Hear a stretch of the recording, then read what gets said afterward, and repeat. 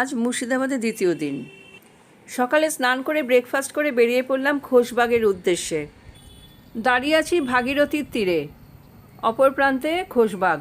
এখানে দেখলাম বিশাল বিশাল নৌকায় পাটাতন দিয়ে বাইক, টোটো সব কিছু পার হচ্ছে। ভাগীরথীর হাওয়া খেতে খেতে অল্পক্ষণের মধ্যেই পৌঁছে গেলাম অপর প্রান্তে। এখন চলে এসেছি খোশবাগ। প্রায় 22 বিঘা জমির উপর এই খোশবাগ তৈরি হয়েছে। যুদ্ধে বিধ্বস্ত আলীবর্দী খাঁ, বাংলা বিহার উড়িষ্যার চতুর্থ নবাব, একটু শান্তির জন্যই এই বাগটি প্রতিষ্ঠা করেন, কিন্তু এখন এটি পরিণত হয়েছে সমাধি বাগে। প্রথমেই আলীবর্দী খাঁয়ের মায়ের সমাধি, পরে এই দুটি হলো আমিনা বেগম এবং ঘসেটি বেগমের সমাধি। ওইখান থেকে বেরিয়ে সামনের একটু উঁচু জায়গায় 17টি সমাধি একসাথে রাখা। এদেরও নাকি বিষ খাইয়ে মির্জাফর ও তার লোকেরা হত্যা করেছিল। এরপর দেখলাম দানশাহ ফকিরের সমাধি। এই ব্যক্তি নাকি সিরাজউদ্দৌলাকে ধরিয়ে দিয়েছিল। পরে দানশাহ ফকির তার স্ত্রী ও সন্তানকে হত্যা করে এখানে কবর দেওয়া হয়। এবার যাচ্ছি পরের অংশে। সামনের বিল্ডিংটা হচ্ছে 12 দুয়ারি। বাদিকে পড়ল 3 জন দেহরক্ষীর কবর। 12 দুয়ারিতে প্রবেশ করে প্রথমেই পড়ল সিরাজউদ্দৌলার সমাধি। যে সমাধে একটি প্লেট লাগানো আছে, ওইটি সিরাজউদ্দৌলার। পাশে তার এক পালিত ভাইয়ের সমাধি। পিছনে রয়েছে লুৎফুন্নেসা ও এক বাইজির সমাধি। এটি হলো আলীবর্দী খাঁর সমাধি। উনি মৃত্যুর আগেই চেয়েছিলেন যে এখানেই তাকে সমাধিস্থ করা হোক। এখানে সিরাজউদ্দৌলার মাস্তুতো ভাই এবং তার স্ত্রীর সমাধি। এত সমাধি দেখে আমি খুবই ডিপ্রেসড হয়ে গেলাম। এখানে যে 34টি সমাধি দেখলাম, তার মধ্যে 32 জনকেই হত্যা করা হয়েছে। এরপর আমরা ঘরের বাইরে বেরিয়ে এলাম। দূরে একটা সাদা মসজিদ দেখা যাচ্ছে। এই মসজিদটি এখন বন্ধ। আলীবর্দী খাঁ প্রতিদিন এখানে নামাজ পড়তে আসতেন। মানুষ কী ভাবে আর কি তার পরিণাম হয়। এবার আমরা চলেছি জগৎবন্ধু ধামে। জগৎবন্ধু সুন্দর ছিলেন বৈষ্ণব ধর্মগুরু, সমাজ সংস্কারক এবং লেখক। নিম্নবর্গের হিন্দুদের প্রতি বিশেষ সহানুভূতি প্রকাশ করার জন্য তাকে এই জগৎবন্ধু খেতাব দেওয়া হয়। প্রতি বছর বৈশাখ মাসে 7 দিন ধরে এখানে মেলা বসে।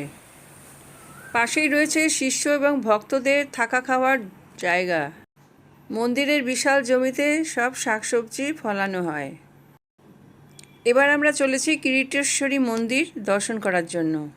কিরিটেশ্বরী মন্দির হিন্দু ধর্মের শাক্ত মতে পবিত্র শক্তিপীঠগুলির অন্যতম। তান্ত্রিক মতে দেবী দাক্ষায়ণী সতীর কিরিট বা মুকুটে একটি কণা এখানে পড়েছিল, তাই এই স্থানকে পূর্ণ পীঠস্থান না বলে বলা হয় উপপীঠ। এখানে ভালোভাবে পুজো দিয়ে গেলাম পাশের মন্দিরে। এই পীঠে দেবী বিমলা ও তার ভৈরব সম্বর্ত নামে পূজিত হন। নিজের হাতে মাকে পরিয়ে দিলাম জবা ফুলের মালা। এরপর আমরা আবার ভাগীরথী পার হয়ে এপারে চলে আসলাম আমাদের গন্তব্য হাজারদুয়ারি। মুর্শিদাবাদের অন্যতম আকর্ষণগুলির মধ্যে একটি হলো হাজারদুয়ারি। এই প্রাসাদে 1000টি দুয়ার আছে, যার মধ্যে 100টি নকল। 1837 সালে নবাব নাজিম হুমায়ুন খাঁ এর জন্য এই 80 ফুট উঁচু ও 3 তলা গম্বুজওয়ালা প্রাসাদ নির্মাণ করা হয়। এই প্রাসাদটি তখন নির্মাণ করতে ব্যয় হয়েছিল 16,50,000 স্বর্ণমুদ্রা। এই প্রাসাদে 52টি পিলার রয়েছে আর 100টির বেশি বিশাল বিশাল হল রয়েছে। পূর্বে এই প্রাসাদে বিচার সভা বসত এবং নানা সরকারি কাজকর্ম করা হতো। এখন এই প্রাসাদটি মিউজিয়াম হিসাবে ব্যবহার করা হয়। মিউজিয়ামে রয়েছে দেশ বিদেশ থেকে আনা অয়েল পেন্টিং, ঘড়ি, পাথরের মূর্তি। এছাড়া আছে 2700 অস্ত্রশস্ত্র, যার মধ্যে আলীবর্দী খাঁ এবং সিরাজউদ্দৌলার তরবারি ছিল। এছাড়া যে ছোরা দিয়ে সিরাজউদ্দৌলাকে হত্যা করা হয় সেটিও এখানে আছে। আছে রূপার সিংহাসন, পালকি, এছাড়া বিদেশি কিছু পাখির মমিও করে রাখা আছে। এমন এক অদ্ভুত আয়না আছে যেখানে নিজেকে দেখা যায় না, কিন্তু অন্য লোককে দেখা যায়। নবাবদের ব্যবহৃত পোশাক আশাক এবং আরও রকমারি জিনিসে ঠাসা এই মিউজিয়াম। এমন বিশেষ ধরনের পাত্র ব্যবহার করা হতো যদি কোনো বিষাক্ত খাবার দেওয়া হয় তাহলে সেটা ধরা পড়ে যেত। প্রাসাদের অপোজিটেই রয়েছে বিশাল সাদা রঙের ইমামবাড়ি। মোহরমের সময় 10 দিন খোলা থাকে। এছাড়া ইমামবাড়ির পাশেই হলুদ রঙের বিশাল ক্লক টাওয়ার। এই ক্লক টাওয়ারের ঘণ্টাধ্বনি শুনেই বিচার সভার সরকারি কাজকর্ম আরম্ভ করা হতো। এই হাজারদুয়ারি প্রাসাদ থেকে এবার আমরা চললাম খাবারের সন্ধানে। খুবই খিদে পেয়ে গেছে আমাদের। এখানে দেখলাম হাজারদুয়ারি রেস্টুরেন্ট, বেশ ভালোই সাজানো গোছানো। আমরা উপরে গিয়ে বসলাম, ভালো মন্দ কিছু অর্ডার করে দিলাম। উপরের ফ্লোরটাও বেশ সুন্দর করে সাজানো।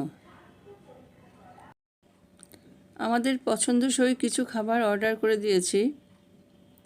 এবারে খাওয়া দাওয়া সেরে আমরা হোটেলে ফিরে চললাম। হাজারদুয়ারির খুব কাছেই আমাদের হোটেল। টোটোতে মাত্র 6-7 মিনিট লাগে, আর স্টেশনও 7-8 মিনিট লাগে। এদিকে নিচের ঘরগুলি রয়েছে, আর এটি হচ্ছে ডাইনিং রুম। ডাইনিং রুমটিও খুব বড়। আমরা এখানে খুব ভালো কাটিয়েছি। আর এই ছেলেটির নাম সঞ্জিত কুমার মণ্ডল। এই আমাদের খুব যত্ন করে সমস্ত জায়গাগুলো ঘুরিয়ে দিয়েছে। ছেলেটির ব্যবহারও খুব ভালো। ওর মোবাইল নাম্বার ডেসক্রিপশন বক্সে দিয়ে দিলাম।